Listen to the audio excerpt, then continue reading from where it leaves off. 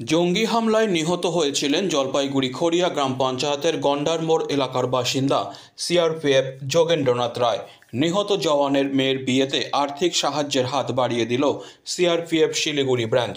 শনিবার এক অনুষ্ঠানের মধ্য দিয়ে সিআরপিএফের একটি দল বিয়ে বাড়িতে এসে হাজির হয়েছিলেন। নিহত জওয়ানের স্ত্রীর হাতে মেয়ে নমিতা রায়ের বিয়ের জন্য ১.৫ লক্ষ টাকার চেক তুলে দিলেন সিআরপিএফ আধিকারিক। আজ রবিবার কন্যা নমিতা রায়ের বিয়ে, তার আগে সিআরপিএফ শিলিগুড়ি ব্রাঞ্চের পক্ষ থেকে আর্থিক সাহায্য করা হলো। সিআরপিএফ শিলিগুড়ি ব্রাঞ্চের এক আধিকারিক বলেন, 1997 সালে সিআরপিএফ যোগেন্দ্রনাথ রায় নিহত হয় জঙ্গি হামলায়। তার মেয়ের বিয়ের জন্য সিআরপিএফের পক্ষ থেকে ১.৫ লক্ষ টাকা তুলে দেওয়া হলো। এদিকে নিহত জওয়ানের সন্তান নবীন রায় বলেন, আমার বাবা অসমে জঙ্গি হামলায় মারা যান। বাবার চাকরি আমি করছি। বোনের বিয়ে রবিবার। শনিবার সিআরপিএফের পক্ষ থেকে আর্থিক সাহায্য করা হলো।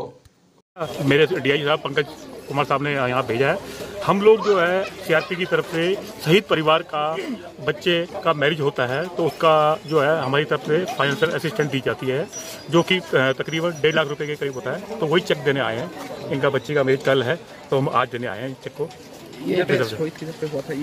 सर ये जो शहीद हुए थे 97 में हुए थे शहीद, और 87 के अपॉइंटेड हैं, है ना।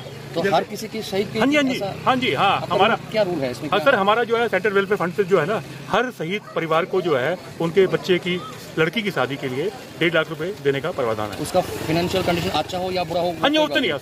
शहीद परिवार बोला ना, शहीद परिवार के लिए देने के लिए। सकिया नाम था उसका, वो जो अपना जोगेंद्र है ना, जोगेंद्र राय।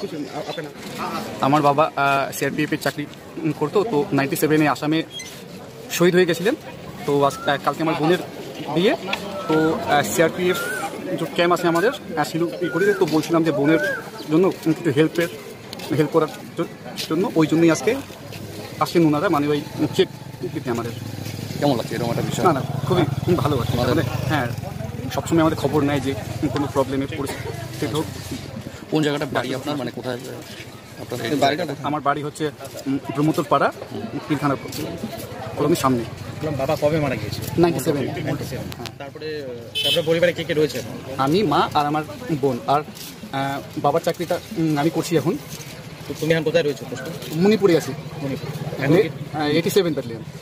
কিন্তু বোনের বিয়ের জন্য ছুটিতে? হ্যাঁ, বোনের বিয়েতে ছুটিতে আছে।